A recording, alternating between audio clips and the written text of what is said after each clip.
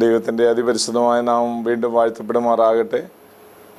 ദൈവവചനവുമായി നിങ്ങളുടെ മുമ്പിലേക്ക് വീണ്ടും ഒരു പ്രാവശ്യം കൂടെ കടന്നു വരുവാൻ ദൈവം തന്ന അവസരത്തിനായി ദൈവത്തിന് സ്തോത്രം ചെയ്യുന്നു. എന്നെ കേട്ടുകൊണ്ടിരിക്കുന്ന ശ്രദ്ധിച്ചുകൊണ്ടിരിക്കുന്ന എല്ലാ മാന്യ പ്രേക്ഷകർക്കും യേശുക്രിസ്തുവിൻ നാമത്തിലുള്ള സ്നേഹവന്ദനങ്ങൾ അറിയിക്കട്ടെ. ഇപ്രകാരം ദൈവത്തിൻ്റെ വചനം ഓരോ സമയവും നിങ്ങളുടെ അടുക്കിലേക്ക് ദൈവത്തിൻ്റെ ആത്മാവ് എത്തിക്കുന്നതിൽ നമുക്ക് ദൈവത്തിന് നന്ദി കരേറ്റാം. യാദർശികമായിട്ടല്ല നാം ഈ ദൈവവചനം കേൾക്കുന്നത്. ദൈവത്തിന് അതിൻ്റെ പിന്നിൽ വലിയ ഉദ്ദേശമുണ്ട്, പദ്ധതിയുണ്ട്. അതുകൊണ്ട് ആ പദ്ധതി നിറവേറുവാനായിട്ട് നിങ്ങൾ വളരെ പ്രാർത്ഥനയോടെ ഈ ശുശ്രൂഷയിൽ ആദ്യോടന്തം പങ്കെടുക്കുവാൻ നിങ്ങളുടെ സ്നേഹത്തോടെ ഓർമ്മിപ്പിക്കുന്നു. തുടർച്ചയായിട്ടുള്ള ദൈവവചന പഠന പരമ്പരയായതുകൊണ്ട് നിങ്ങൾ ഈ വചനങ്ങളെല്ലാം കേൾക്കുകയും അതുപോലെ തന്നെ നോട്ട്സ് എഴുതുന്നവർ അത് എഴുതിയെടുക്കുകയും അതുപോലെ തന്നെ വചനം ഞാൻ പറയുന്ന റെഫറൻസൊക്കെ ഒന്ന് റെഫർ ചെയ്യുകയൊക്കെ ചെയ്താൽ കൂടുതൽ ദൈവവചനം നമുക്ക് മനസ്സിലാക്കുവാനായിട്ട് കഴിയും. നമ്മൾ ദൈവസഭ എന്നുള്ള ഒരു വിഷയം നമ്മൾ ധ്യാനിക്കുകയായിരുന്നു. ദൈവസഭയോട് സാദൃശ്യപ്പെടുത്തിയിരിക്കുന്ന ആട്ടിൻകൂട്ടത്തെക്കുറിച്ച് നമ്മൾ ചിന്തിച്ചു.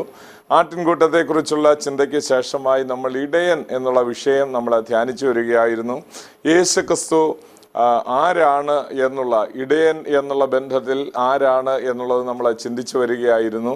നമ്മൾ യേശുക്രിസ്തുവിനെ നല്ല ഇടയനായിട്ട് ചിന്തിക്കുകയുണ്ടായി. പുതിയ നിയമത്തിൽ പ്രതിപാദിച്ചിരിക്കുന്ന 3 പ്രത്യേകതകൾ യേശുക്രിസ്തുവിൻ്റെ നമുക്ക് കാണുവാൻ കഴിയും. നല്ല ഇടയനായി പറഞ്ഞിരിക്കുന്നു, ശ്രേഷ്ഠ ഇടയനായി പറഞ്ഞിരിക്കുന്നു, വലിയ ഇടയനായി യേശുക്രിസ്തുവിനെ ദൈവവചനം ചിത്രീകരിച്ചിരിക്കുന്നു. മാത്രമല്ല നമ്മൾ ഈ ഇടയനെ കുറിച്ച് ചിന്തിച്ചപ്പോൾ അവൻ നല്ല ഇടയനാണെന്നും കരുതുന്ന ഇടയനാണെന്നും അതുപോലെ തന്നെ നമ്മെ അറിയുന്ന ഇടയനാണെന്നും നമ്മെ നടത്തുന്ന ഇടയനാണെന്നും നമ്മൾ ചിന്തിക്കുകയുണ്ടായി. അത് മാത്രമല്ല നമ്മുടെ മുമ്പിൽ നടക്കുന്ന നമ്മുടെ മാതൃകയുള്ള ഒരു ഇടയനാണ് അവൻ എന്ന് നമ്മൾ ചിന്തിക്കുകയുണ്ടായി. അത് മാത്രമല്ല അവൻ്റെ ആ ശബ്ദം കേൾപ്പിക്കുന്ന ഇടയനാണ്. അതുകൊണ്ട് തന്നെ നാം ആടുകളാണെങ്കിൽ അവൻ്റെ ശബ്ദം കേൾക്കുവാനായിട്ട് നമുക്ക് താല്പര്യം ഉണ്ടാകണം. യേശുക്രിസ്തു ഇടയനാണെങ്കിൽ അവിടുന്ന് ശബ്ദിക്കുന്ന ആ ശബ്ദം കേട്ട് ഓരോ ആടുകളാകുന്ന നമ്മൾ അവനെ അനുഗമിക്കണം എന്ന് നമ്മൾ കേൾക്കുകയുണ്ടായി. ഇന്ന് നമ്മൾ ചിന്തിക്കുന്നത് യെശയ്യാപ്രവചനം 40-ാം അധ്യായത്തിൻ്റെ 11-ാം വാക്യത്തിലേക്ക് വരുമ്പോൾ അവിടെ നമുക്കൊരു വാക്യം കാണുവാനായിട്ട് കഴിയുന്നു. ഒരു ഇടയനെ പോലെ അവൻ തൻ്റെ ആട്ടിൻകൂട്ടത്തെ മേയ്ക്കുകയും കുഞ്ഞാടുകളെ ഭുജത്തിലെടുത്ത് മാറിടത്തിൽ ചേർത്ത് വഹിക്കുകയും തള്ളകളെ പതുക്കെ നടത്തുകയും ചെയ്യുന്നു എന്ന് നമുക്കവിടെ കാണുവാൻ കഴിയുന്നു. ഈ വാക്യം വായിക്കുമ്പോൾ അവിടെ നമുക്ക് ദൈവത്തെ ഒരു ഇടയനായിട്ട് യെശയ്യാവിൽ കൂടെ ദൈവം ചിത്രീകരിച്ചിരിക്കുകയാണ്. ആ ഇടയൻ്റെ ചില പ്രത്യേകതകൾ നമ്മൾ അവിടെ കാണുവാൻ കഴിയുന്നു. അതിൽ പ്രധാനമായിട്ടുള്ള ഒരു വിഷയം ഇന്ന് നമുക്ക് ധ്യാനിക്കാം എന്നത്ര ആഗ്രഹിക്കുന്നത്. അതിനകത്ത് പറഞ്ഞിരിക്കുന്നു ക്യാരി ദം ഹിസ് ബോസം എന്ന് പറഞ്ഞിരിക്കുന്നു. അവൻ തൻ്റെ മാറോട് ചേർത്ത് വഹിക്കുന്ന ഇടയനാണ് എന്നാണ് അവിടെ പറഞ്ഞിരിക്കുന്നത്. അതിൽ നിന്ന് യേശുക്രിസ്തു നമ്മെ ഓരോരുത്തരെയും മാറിൽ വഹിക്കുന്നു എന്നുള്ള ഒരു ചിന്ത നമുക്ക് ആ ഭാഗത്ത് നിന്ന് കാണുവാനായിട്ട് കഴിയും. നമ്മൾ ആടുകളാണെങ്കിൽ നമ്മൾ തന്നെ നടന്ന് അലയുമ്പോൾ, നമ്മൾ കാണാതെയാകുമ്പോൾ, നമ്മൾ ക്ഷീണിച്ചവരായി മാറുമ്പോൾ കർത്താവ് എന്താണ് ചെയ്യുന്നത്? അവൻ്റെ മാറിലേക്ക് നമ്മളെ എടുത്ത് വയ്ക്കുകയാണ് ചെയ്യുന്നത്. കർത്താവിൻ്റെ മാറിലേക്ക് ചാരുക, കർത്താവിൻ്റെ മാറിൽ ഇരിക്കുക എന്ന് പറയുന്നത് ഏറ്റവും അനുഗ്രഹിക്കപ്പെട്ട ഒരു കാര്യമാണ്. നമ്മുടെ ജീവിതത്തിൽ എല്ലായ്പ്പോഴും ജീവിതത്തിൽ എത്രയോ പ്രശ്നങ്ങളും പോരാട്ടങ്ങളും ഒക്കെ വരുമ്പോൾ നമ്മൾ തകർന്നു പോകുകയും നമ്മൾ തളർന്നു പോവുകയൊക്കെ ചെയ്യുന്ന സന്ദർഭം വരുമ്പോൾ നമുക്ക് അവൻ്റെ മാറിൽ ചാരിയാൽ നമുക്ക് എത്രയോ ആശ്വാസമാണ് ഉണ്ടാകുന്നത്. ക്രിസ്തുവിൽ ചാരുന്ന ഒരു ദൈവം ഇതല്ലേ, ക്രിസ്തുവിൽ മറയുന്ന ഒരു ദൈവം ഇതല്ലേ, അവൻ്റെ മാറിൽ ആശ്രയിക്കുന്ന ഒരു ദൈവം ഇതല്ലേ, എന്നും അവിടെ നിന്ന് ആശ്വാസവും ബലവും ലഭിക്കുവാൻ ഇടയായിത്തീരും. അതുകൊണ്ട് നമ്മളൊരു ആടാണെങ്കിൽ നമ്മൾ ഓരോരുത്തരെയും ജീവിത ഭാരത്തിന് നടുവിൽ, രോഗങ്ങളുടെ നടുവിൽ ഒക്കെ ക്ഷീണിതരായി മാറുമ്പോൾ നമുക്ക് ചാരുവാൻ വേറെ ഒരു സ്ഥലവുമില്ല. ലോകത്തിലെ മറ്റൊരു സ്ഥലവും നമുക്ക് ചാരുവാൻ ആശ്രയിക്കുവാനായിട്ട് കൊള്ളാകുന്നതായിട്ടില്ല. എന്നാൽ ദൈവത്തിൻ്റെ വചനം പറയുന്നു, യഹോവ പീഡിതനൊരു അഭയസ്ഥാനം, കഷ്ടകാലത്ത് അവൻ ഒരു അഭയസ്ഥാനം തന്നെ എന്ന 9-ാം സങ്കീർത്തനത്തിൽ നമുക്ക് വായിക്കാൻ കഴിയുന്നു. നമ്മൾ പീഡിപ്പിക്കപ്പെടുമ്പോൾ, നമ്മൾ വേദനിക്കപ്പെടുമ്പോൾ, നമ്മൾ രോഗികളായി മാറുമ്പോൾ നമുക്ക് ആശ്വസിക്കുവാനുള്ള ഒരു സ്ഥലം അവൻ്റെ മാറാണ് എന്നുള്ളതാണ്. നമുക്ക് ദൈവവചനത്തിലുടനീളം അതിന് ധാരാളം ഉദാഹരണങ്ങൾ കാണുവാനായിട്ട് കഴിയുന്നുണ്ട്. നമുക്ക് യോഹന്നാനെ തന്നെ പരിശോധിക്കുമ്പോൾ യേശു സ്നേഹിച്ച ശിഷ്യൻ അവൻ്റെ മാറോട് ചാരിയിരുന്നു എന്ന് നമ്മൾ അദ്ദേഹത്തിന്റെ സുവിശേഷം എഴുതുമ്പോൾ രേഖപ്പെടുത്തിയത് നമുക്ക് കാണുവാനായിട്ട് കഴിയും. യേശുക്രിസ്തുവിന്റെ മാറിൽ ചാരിയിരുന്ന ശിഷ്യനായിരുന്നു. അന്ത്യത്താഴത്തിൽ മാത്രമല്ല, ഞാൻ വിചാരിക്കുന്നു എവിടെ യോഗമുണ്ടെങ്കിലും എവിടെ കൂട്ടായ്മയുണ്ടെങ്കിലും യേശു എവിടെയെങ്കിലും ഇരിക്കുമ്പോൾ അവരോട് ചേർന്നിരിക്കുന്ന ഒരു അനുഭവം ആ യോഹന്നാൻ ഉണ്ടായിരുന്നു. നമ്മുടെയൊക്കെ ജീവിതത്തിൽ കർത്താവിനോട് ചേർന്നിരിക്കുന്ന അനുഭവം, അവന്റെ മാറോട് ചേർന്നിരിക്കുന്ന അനുഭവം എത്രയോ ധന്യകരമായ ഒരനുഭവമാണ്. അവന്റെ മാറിലേക്ക് നമുക്ക് ചാരാം. തൻ്റെ ജനമായ ഇസ്രായേലിനെ കുറിച്ച് ദൈവം പറയുകയാണ്, അവരെ എങ്ങനെയാണ് ഞാൻ വഹിച്ചത്, എൻ്റെ ചിറകിൻ്റെ മുകളിൽ ഞാൻ വഹിച്ച് അവരെ കൊണ്ടുവന്നു എന്നാണ് നമുക്ക് പുറപ്പാട് പുസ്തകം 19-ാം അധ്യായത്തിന്റെ 4-ാം വാക്യത്തിലേക്ക് വരുമ്പോൾ അവിടെ കാണുവാനായിട്ട് കഴിയുന്നത്. ദൈവം തൻ്റെ മക്കളെ ഭുജങ്ങളിൽ വഹിച്ചു, അഥവാ ചിറകിന്മേൽ വഹിച്ചു എന്ന് പറയുമ്പോൾ കഴുകന്റെ ചിറകിന്മേൽ വഹിച്ചു എന്നാണ് അവിടെ എഴുതിയിരിക്കുന്നത്. കഴുകന്റെ ചിറകിന്മേൽ വഹിച്ചാൽ എന്താണ് സംഭവിക്കുന്നത്? ഭൂമിയിൽ കൂടെ അല്ല, വലിയ പക്ഷിയായ ഈഗിൾസ് പറക്കുന്നത്, അഥവാ കഴുകൻ പറക്കുന്നത് ഉയരത്തിലാണ്. അങ്ങനെയാണെങ്കിൽ ഉയരത്തിൽ പറക്കുന്ന തൻ്റെ ആ ഒരു അനുഭവം, അഥവാ സ്വർഗീയമായ ഒരു അനുഭവത്തിലാണ് തൻ്റെ ജനം കടന്നു വന്നത് എന്ന് നമുക്ക് പഠിക്കുവാനായിട്ട് കഴിയും. 78-ാം സങ്കീർത്തനം അതിൻ്റെ 13-ാം വാക്യത്തിലേക്ക് വരുമ്പോഴും നമുക്ക് അതിനോടനുബന്ധിച്ച് ഒരു വാക്യം നമുക്ക് കാണുവാൻ കഴിയും. ഇസ്രായേൽ മക്കളെ ദൈവം നടത്തിക്കൊണ്ടുവന്ന വഴികളെ കുറിച്ച് അവിടെ പ്രതിപാദിക്കുമ്പോൾ ദൈവത്തിന്റെ ദാസൻ സങ്കീർത്തനക്കാരൻ പറയുകയാണ്, അവരെ എങ്ങനെയാണ് മരുഭൂമിയിൽ നടത്തിയത്? അവരെ നടത്തിയത് ദൈവം തൻ്റെ ഭുജങ്ങളിൽ വഹിച്ചാണ് നടത്തിയത് എന്ന് കാണുവാനായിട്ട് കഴിയും. അതുപോലെ തന്നെ നമുക്ക് കർത്താവിന്റെ മാറിടത്തെ കുറിച്ച് തരുന്ന മറ്റൊരു ചിന്ത എന്ന് പറയുന്നത്, നമ്മൾ പഴയ നിയമത്തിൽ മഹാപുരോഹിതനായിരുന്ന അഹരോന്റെ കാര്യം വേദപുസ്തകത്തിൽ നമുക്ക് പുറപ്പാട് പുസ്തകം 28-ാം അധ്യായത്തിൽ പ്രതിപാദിച്ചിരിക്കുന്നത് കാണുവാനായിട്ട് കഴിയും. ദൈവം അവന് 7 അംശവസ്ത്രങ്ങൾ കൽപ്പിച്ചു കൊടുത്തപ്പോൾ അവൻ ദൈവസേനയിൽ നിന്ന് പുരോഹിതനായി ശുശ്രൂഷ ചെയ്യുമ്പോൾ ദൈവം അവനോട് പറഞ്ഞ കാര്യങ്ങൾ വളരെ വ്യക്തമായി നമുക്ക് 28-ാം അധ്യായത്തിൽ പഠിക്കുവാൻ കഴിയും. ആ ഭാഗത്ത് വളരെ ശ്രദ്ധേയമായ ഒരു കാര്യം അവനോട് ദൈവം പറയുകയാണ്, ഇസ്രായേൽ മക്കൾ 12 ഗോത്രങ്ങളുടെ അവരുടെ പേരെഴുതിയ കല്ലുകൾ അവന്റെ നെഞ്ചിലേക്ക് വഹിക്കുവാനായിട്ട് പറയുന്നു. അവന്റെ നെഞ്ചിൽ മാത്രമല്ല, അവന്റെ ഷോൾഡറിൽ അഥവാ അവന്റെ ചുമലിലും അവരുടെ പേരുകൾ എഴുതിയ ആ ചുമൽക്കണ്ടം ത്തിലുള്ള കല്ലുകളിൽ ആ പേരുകൾ വഹിച്ചു കൊണ്ട് നിൽക്കുവാനായി പറയുന്നു. അവിടെ നമുക്ക് 28-ാം അധ്യായത്തിന്റെ എക്സോഡസ് ചാപ്റ്റർ 28:12 നമുക്ക് പഠിക്കുവാൻ കഴിയുന്നത്, Aaron shall bear their names before the Lord upon his 2 shoulders for a memorial എന്ന് പറഞ്ഞിരിക്കുന്നു. അവന്റെ ആ ചുമൽ കണ്ടത്തിൽ അഥവാ അവന്റെ ചുമലിലേക്ക് ഇസ്രായേൽ മക്കൾ 12 ഗോത്രങ്ങളുടെ പേരുകൾ എഴുതി അവൻ ചുമന്നുകൊണ്ട് നിൽക്കുവാനായിട്ട് പറയുന്നു. എന്താണ് അതിൽ നിന്ന് നമുക്ക് പഠിക്കാൻ കഴിയുന്നത്? ദൈവത്തിൻ്റെ ഒരു നിഴലായി അഹരോനെ ദൈവം അവിടെ നിർത്തിയിരിക്കുകയാണ്. അഥവാ യേശുക്രിസ്തുവിന്റെ നിഴലായി അഹരോനെ ദൈവസേനയിൽ നിർത്തിയിരിക്കുകയാണ്. അങ്ങനെയാണെങ്കിൽ ആ ചുമൽക്കണ്ടത്തിൽ ഇസ്രായേൽ മക്കൾ 12 ഗോത്രങ്ങളിലുള്ള ആ ഗോത്രപിതാക്കന്മാരുടെ പേരുകൾ എഴുതുമ്പോൾ എന്താണ് നിഴലിച്ച് നമുക്ക് കാണുവാൻ കഴിയുന്നത്? പൊരുളായി നമുക്ക് പഠിക്കാൻ കഴിയുന്നത്, ഇസ്രായേൽ മക്കൾ ലക്ഷക്കണക്കിന് ആളുകളുണ്ട്, ഏകദേശം 10-30 ലക്ഷം പരം ആളുകൾ അവരുടെ ആ യാത്രയിൽ ഉണ്ടായിരുന്നതായിട്ട് നമുക്ക് പഠിക്കാൻ കഴിയും.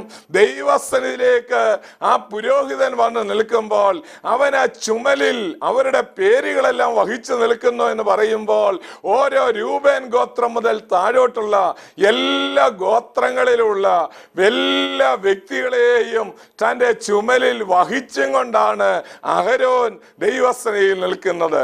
ഇത് നമുക്ക് നല്ല ഒരു നിഴലായി കാണുവാൻ കഴിയും. പഴയ നിയമത്തിൽ അങ്ങനെ നിഴലായി ദൈവം കാണിക്കുകയായിരുന്നു. ദൈവസന്നിധിയിൽ ഓരോ ദൈവമക്കളെയും വഹിച്ചും കൊണ്ട് നിൽക്കുന്ന നല്ല അഹരോനായ നല്ല മഹാപുരോഹിതനായ യേശു ക്രിസ്തുവിനെ കുറിച്ചുള്ള ഒരു ചിത്രമാണ് നമുക്ക് അവിടെ നിന്ന് കാണുവാൻ കഴിയുന്നത്.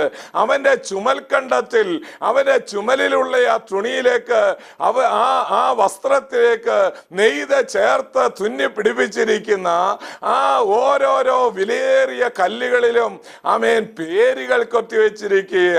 നമുക്കറിയാം, ഒരു സാധാരണ കല്ലല്ല അവിടെ വെച്ചിരിക്കുന്നത്. അവിടെ പൊന്നോ വെള്ളിയോ ഉള്ള ലോഹങ്ങളല്ല അവന്റെ ചുമൽക്കണ്ടത്തിൽ ഇരിക്കുന്നത്. പിന്നെയോ വളരെ വിലപിടിപ്പുള്ള ഗോമേതരക കല്ലും അതുപോലെ തന്നെ രത്നങ്ങളാൽ അലങ്കൃതരായിട്ടാണ് ആ മഹാപുരോഹിതന്റെ ആ ചുമൽക്കണ്ടം നമുക്ക് കാണുവാൻ കഴിയുന്നത്. ഇതിൽ നിന്ന് നമ്മൾ എന്താണ് പഠിക്കാൻ കഴിയുന്നത്? നമുക്ക് ഏറ്റവും സന്തോഷം തരേണ്ട ഒരു വസ്തുത, ഒരു അങ്ങനെയുള്ള വലിയ വിലയേറിയ ആ രത്നങ്ങളിലേക്ക് ഒരാളിന്റെ പേരെഴുതി വെക്കുക എന്ന് പറഞ്ഞാൽ വളരെ ശ്രമകരമായ ഒരു കാര്യമാണ്, വളരെ ബുദ്ധിമുട്ടുള്ളതായ ഒരു കാര്യമാണ്.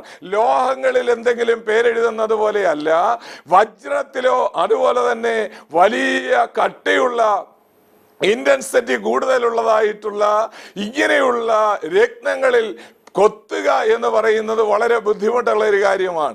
എന്നാൽ നമുക്ക് ഏറ്റവും സന്തോഷം തരുന്ന ഒരു വസ്തുത, ഇതാ മഹാപുരോഹിതന്റെ ചുമലിൽ അത് ഇരിക്കുമ്പോൾ അത് ഒരിക്കലും മാഞ്ഞു പോകാതെ, ഒരിക്കലും നീങ്ങിപ്പോകാതെ എല്ലാവരുടെയും പേരുകൾ ദൈവസന്നിധിയിൽ ഓർമ്മയോടെ നിൽക്കുകയാണ്. അങ്ങനെയാണെങ്കിൽ നമ്മൾ ഓരോരുത്തരും സാധാരണ ആടുകളായിരിക്കുമ്പോൾ നമുക്ക് വീഴ്ചകൾ വരുമ്പോൾ, നമുക്ക് കുറവുകൾ സംഭവിക്കുമ്പോൾ, ദൈവമക്കളെ നമ്മൾ ക്ഷീണിതരായി നിരാശിതരായി മാറുമ്പോൾ, അല്ലയോ ദൈവദാസനെ, ഒരുപക്ഷെ ഇത് കേട്ടുകൊണ്ടിരിക്കുമ്പോൾ വളരെ കഠിനമായ കടുത്ത നിരാശയിൽ ആണ്ടുപോയ ഒരു വ്യക്തിയായിരിക്കാം.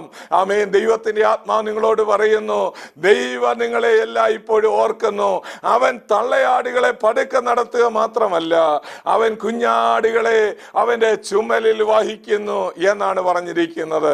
ഈ വാക്യം ശ്രദ്ധിക്കുമ്പോൾ നമുക്കറിയാം, അവന് വഹിച്ചിരിക്കുന്നത് യേശു ക്രിസ്തു നമ്മളെ എവിടെയാണ് വഹിക്കുന്നത്? അവന്റെ ചുമലിൽ വഹിച്ചുകൊണ്ട് നിൽക്കുകയാണ്. രണ്ടാമതായിട്ട് നമുക്ക് അടുത്തതായിട്ട് പഠിക്കുവാനായിട്ട് കഴിയുന്നത് 28-ാം അധ്യായത്തിന്റെ 29-ാം വാക്യത്തിലേക്ക് വരുമ്പോൾ, Exodus chapter 28 verse 29 and 30. അവിടേക്ക് വരുമ്പോൾ അവിടെ ദൈവത്തിന്റെ ദാസനായ അഹരോൻ വഹിക്കേണ്ടതായ ഒരു കാര്യം അവിടെ പറഞ്ഞിരിക്കുന്നു. അഹരോൻ വഹിക്കുന്നത് മറ്റെങ്ങുമല്ല. അതിൻ്റെ 29-30 വാക്യങ്ങളിലേക്ക് വരുമ്പോൾ അവിടെ നമുക്ക് ഇപ്രകാരം കാണുവാനായിട്ട് കഴിയും. 29-ാം വാക്യത്തിന്റെ അവസാനത്തെ വാക്യത്തിലേക്ക് പോകുമ്പോൾ അവിടെ കാണുന്നു, എപ്പോഴും യഹോവയുടെ മുമ്പാകെ ഓർമ്മയ്ക്കായിട്ട് തൻ്റെ ഹൃദയത്തിന്മേൽ വഹിക്കണം എന്നാണ് അവിടെ പറഞ്ഞിരിക്കുന്നത്. ഇതിൽ നമ്മൾ ഒരു കാര്യം മനസ്സിലാക്കണം. അവിടെ പറഞ്ഞിരിക്കുന്നു, എല്ലാം ഇപ്പോഴും വഹിക്കണം, ഇത് ഓർമ്മയ്ക്കായി വഹിക്കണം, മാത്രമല്ല തൻ്റെ ഹൃദയത്തിന്മേൽ വഹിക്കണം എന്നാണ് പറഞ്ഞിരിക്കുന്നത്. അപ്പോൾ അതിൽ നിന്ന് നമ്മളൊരു കാര്യം നമുക്ക് മനസ്സിലാക്കാൻ കഴിയുന്നു.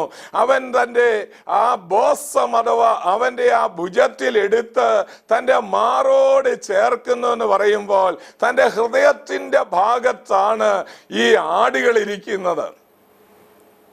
മഹാപുരോഹിതൻ ദൈവസന്നിധിയിൽ നിൽക്കുമ്പോൾ അത്രയും ആളുകളുടെ പേരുകൾ കൊത്തിയ ആ തുണി കൊണ്ട് ഉണ്ടാക്കിയ ആ മാൽപ്പതക്കത്തിന്മേൽ 2 ഭാഗത്തായും 6 പേരുകൾ കൊത്തിയ ആ വലിയ വജ്രവും അതുപോലെ തന്നെ ഗോമേതരക കല്ലും വളരെ മനോഹരമായ കല്ലുകളെല്ലാം അത്ര മനോഹരമായ കല്ലുകൾ അവന്റെ ഹൃദയത്തിന്മേൽ വഹിച്ചിരിക്കുമ്പോൾ ഇതിനകത്തൊരു വലിയ ആത്മീയ അർത്ഥം ദൈവം നമ്മളെ പഠിപ്പിക്കുകയാണ് ചെയ്യുന്നത്. പറയുന്നത് മറ്റൊന്നുമല്ല, നമ്മളെല്ലാവരും ദൈവസന്നിധിയിൽ ഓർമ്മിക്കപ്പെടുന്നു. അഥവാ അവിടെ വായിക്കുന്നു, എല്ലായ്പ്പോഴും ഓർമ്മയ്ക്കായിട്ട് എന്ന് പറഞ്ഞിരിക്കുന്നു.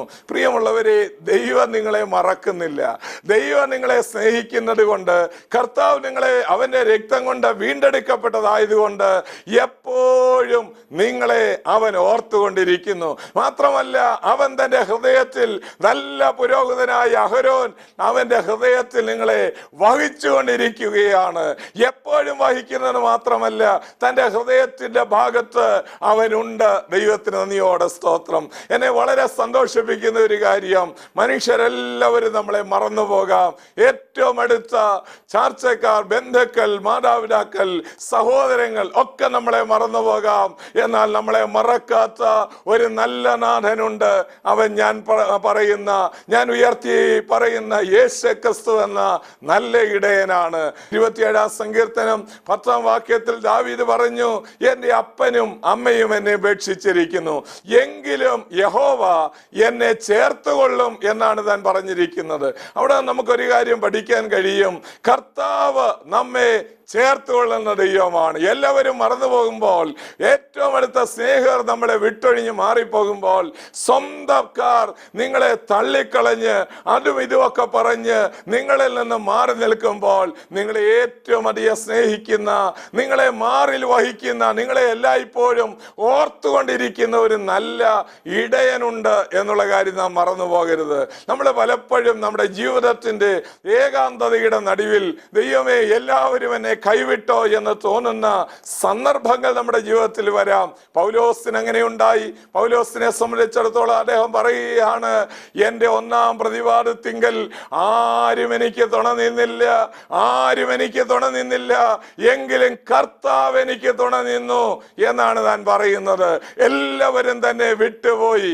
യേശു ക്രിസ്തുവിന്റെ കാര്യം എടുക്കുമ്പോൾ നമുക്കറിയാം, കർത്താവിന്റെ പരിശുശ്രൂഷയുടെ ആദ്യ സമയങ്ങളിൽ ധാരാളം ആളുകൾ അവന്റെ പുറകെ ഉണ്ടായിരുന്നു, അത്ഭുതങ്ങൾ കാണുവാൻ, അടയാളങ്ങൾ കാണുവാൻ.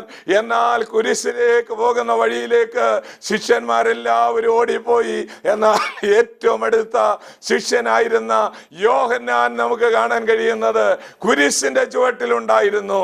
മറ്റൊന്നും കൊണ്ടല്ല, യേശുവിനെ സ്നേഹിക്കുന്നവർക്ക് കുരിശിന്റെ അടിവാരത്തിൽ നിന്ന് പോകാൻ കഴിയില്ല. മഗ്ദലക്കാരത്തി മറിയയ്ക്ക് പോകാൻ കഴിയില്ല. യേശുവിന്റെ അമ്മ മറിയയ്ക്ക് പോകാൻ കഴിയില്ല. ആമേൻ. മറ്റേ മറിയയ്ക്ക് പോകാൻ കഴിയില്ല. ആ സാധാരണക്കാരായ സ്ത്രീകൾക്ക് ആമേൻ യേശുവിന്റെ കുരിശിന്റെ അടിവാരത്തിൽ നിന്ന് പോകാൻ കഴിയില്ല. കാരണം മറ്റൊന്നുമല്ല, അവൻ പലപ്പോഴും അവരെ വഹിച്ചിട്ടുണ്ട്. അവരെ ആമേൻ ദൈവത്തിന്റെ സന്നിധിയിൽ അവരെ വഹിച്ചുകൊണ്ട് നിൽക്കുന്ന ഒരു നല്ല ഇടയനാണ് അവനെന്ന് അവർക്ക് നല്ല ബോധ്യമുണ്ടായിരുന്നു.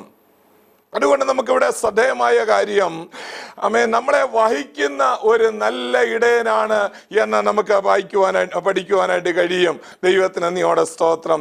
അതുമാത്രമല്ല, നമ്മൾ ഈ ഭാഗത്ത് നിന്ന് വളരെ ശ്രദ്ധേയമായി പഠിച്ചിരിക്കേണ്ട മറ്റൊരു വസ്തുത, നമ്മളെ ഓരോരുത്തരെയും വഹിക്കുന്ന ഇടയനാണ് എന്ന് പറഞ്ഞിരിക്കുമ്പോൾ, നമുക്ക് അഹരോന്റെ കാര്യം വീണ്ടും ആ അധ്യായത്തിൽ, പുറപ്പാട് പുസ്തകം 28-ാം അധ്യായത്തിന്റെ 38-ാം വാക്യത്തിലേക്ക് വരുമ്പോൾ അവിടെ ഒരു വാക്യം നമുക്ക് കാണുവാനായിട്ട് കഴിയുന്നു. അവിടെ വായിക്കുന്നത്, Aaron may bear the iniquity of the holy things എന്ന് പറഞ്ഞിരിക്കുന്നു. വിശുദ്ധ സാധനങ്ങളെ സംബന്ധിച്ചുള്ള ഒരു കുറ്റം ഉണ്ടെങ്കിൽ അത് അഹരോൻ വഹിക്കണം എന്ന് പറഞ്ഞിരിക്കുന്നു.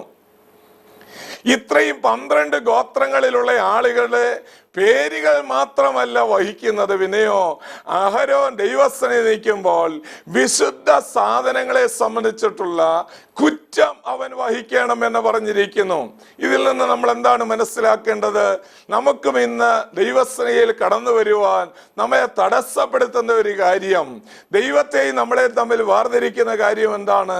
യെശയ്യാപ്രവചനം 51-ന്റെ 2-ാം വാക്യത്തിൽ വായിക്കുന്നത്, കേൾപ്പാൻ കഴിയാത്തവണ്ണം എൻ്റെ ചെവി മന്ദമായിട്ടില്ല, കാണാൻ കഴിയാത്തവന്റെ കണ്ണ് കുരുടായിട്ടില്ല എന്ന് പറഞ്ഞിട്ട് ദൈവം പറയുകയാണ്, നിങ്ങളെയും എന്നെയും തമ്മിൽ എന്താ വേർതിരിച്ചിരിക്കുന്നത്? പാപമത്രേ, നിങ്ങളുടെ അകൃത്യങ്ങളത്രേ എന്നെയും നിങ്ങളെയും തമ്മിൽ വേർതിരിച്ചിരിക്കുന്നത് എന്ന് പറഞ്ഞിരിക്കുന്നു. ഇതിൽ നിന്ന് നമ്മൾ ഒരു കാര്യം പഠിക്കണം. ദൈവസന്നിധിയിലേക്ക് വരുമ്പോൾ നമുക്ക് കുറ്റമില്ലാതെ ഇരിക്കണമെന്നുണ്ടെങ്കിൽ ആ കുറ്റം വേറൊരാൾ വഹിക്കണം. അതാരാണ്? യേശുക്രിസ്തു എന്ന കാര്യസ്ഥൻ നിരന്തരമായി നമുക്ക് വേണ്ടി പക്ഷപാതം ചെയ്യുവാനായി ശ്രേഷ്ഠനാം ആചാര്യനായി നമുക്ക് ഉള്ളത് കൊണ്ട് നമുക്ക് ദൈവസന്നിധിയിൽ നിൽക്കുവാൻ കഴിയും. നമ്മുടെ എന്ത് കുറ്റമുണ്ടെങ്കിലും അവൻ വഹിക്കാൻ മതിയായവനായ നല്ല ഇടയനാണ്. ഇവിടെ ഇതാ പറയുന്നു, അഹരോൻ ആമേൻ കുറ്റം, വിശുദ്ധ സാധനങ്ങളെ സംബന്ധിച്ചുള്ള കുറ്റം മുഴുവൻ വഹിക്കണം എന്ന് പറഞ്ഞിരിക്കുന്നു. അതുകൊണ്ട് നമുക്ക് ഈ നാളുകളിൽ ദൈവസന്നിധിയിൽ നിന്ന് അകന്നു പോകാനല്ല ദൈവം നമ്മളെ കുറിച്ച് ആഗ്രഹിക്കുന്നത്. പിന്നെയോ ദൈവസന്നിധിയിലോട്ട് കൂടുതൽ കൂടുതൽ പാപങ്ങൾ ഏറ്റുപറഞ്ഞ് ദൈവസന്നിധിയിലോട്ട് നമുക്ക് അടുത്ത് വരാം. നമുക്ക് പാപമില്ല എന്ന് പറയുന്നുവെങ്കിൽ നാം നമ്മെ തന്നെ വഞ്ചിക്കുന്നു എന്ന ദൈവത്തിന്റെ വചനം പറയുന്നു. അതുകൊണ്ട് വിശുദ്ധിയിൽ വളരണമെന്ന ദൈവത്തിന്റെ ആഗ്രഹമുണ്ട്.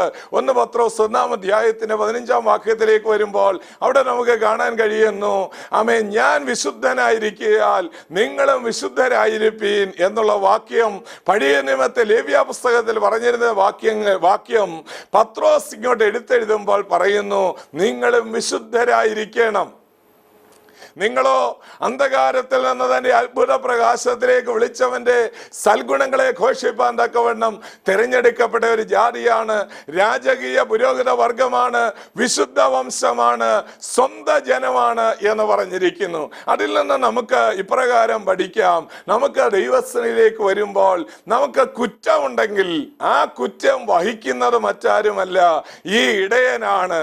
നമ്മൾ ഇനിയും താഴെ കൂടെ ഇങ്ങനെ നടക്കാനുള്ളവരല്ല. പിന്നെയോ അവന്റെ ഭുജങ്ങളിൽ എടുത്തു കഴിയുമ്പോൾ അവൻ പറയുന്നു, നിന്റെ പാപം ഞാൻ ക്ഷമിച്ചു തന്നിരിക്കുന്നു. നമ്മൾ പലപ്പോഴും ക്ഷീണിതരായി, അവശരായി, തളർന്ന് ഒരു സ്ഥലത്ത് നിരാശരായി കിടക്കുമ്പോൾ നമ്മളെ ഒരുപക്ഷെ ഒരുപക്ഷെ നമ്മളെ ഏറ്റവും കടുത്ത നിരാശയിലേക്ക് കൊണ്ടുപോയേക്കാം. എന്നാൽ അങ്ങനെ ക്ഷീണിക്കുമ്പോൾ അവൻ നമ്മൾ തള്ളയാടുകളെ പതുക്കെ നടത്തുകയും കുഞ്ഞാടുകളിലെ ചുമലേറ്റുകയും ചെയ്യുന്ന നല്ല ഇടയനാണ്. ആ ഇടയന്റെ പിന്നാലെ നമുക്ക് യാത്ര ചെയ്യാം. അവന്റെ ഭുജത്തിൽ ഇരിക്കുന്നത് എത്രയോ ശ്രേഷ്ഠകരമായ കാര്യമാണ്. ഇതിനോടനുബന്ധിച്ച് നമ്മൾ ഒരു കാര്യം കൂടെ, 1-2 കാര്യങ്ങൾ കൂടെ ഓർമ്മിപ്പിക്കുവാൻ ഞാൻ ആഗ്രഹിക്കുന്നു. ദൈവത്തിന് നന്ദിയോടെ സ്തോത്രം. നമ്മൾ ആവർത്തന പുസ്തകം 1-ാം അധ്യായത്തിലേക്ക് വരുമ്പോൾ അതിന് 31-ാം വാക്യത്തിലേക്ക് വരുമ്പോൾ മോശയിൽ കൂടെ ദൈവം തന്റെ ജനമായ ഇസ്രായേലിനെ എങ്ങനെയാണ് നടത്തിയത് എന്ന് പറഞ്ഞിരിക്കുന്നു. ഒരു അപ്പൻ തന്റെ മകനെ വഹിക്കുന്നത് പോലെ എന്നവിടെ പറഞ്ഞിരിക്കുന്നു. ഇസ്രായേൽ മക്കൾ എന്ന് പറയുന്ന ഒരു കൂട്ടം ആളുകളെ മിസ്രൈമിൽ നിന്ന് ദൈവം വിടുവിച്ച് 40 വർഷക്കാലം മരുഭൂമിയിൽ കൂടെ എങ്ങനെയാണ് നടത്തിയത്? ആമേൻ, മറ്റൊരു വിധത്തിലുമല്ല. അവിടെ പറയുന്നു, ഒരു മകനെ അപ്പൻ എടുക്കുന്നത് പോലെ തൻ്റെ ഭുജങ്ങളിൽ വഹിച്ചും കൊണ്ട് നടക്കുകയാണ്. അപ്പോൾ ഇവിടെ നമുക്ക് ശ്രദ്ധേയമായ കാര്യം, ഒരപ്പൻ മകനെ എടുത്തു കഴിഞ്ഞാൽ മകന് പിന്നെ ഒന്നും അറിയേണ്ട കാര്യമില്ല.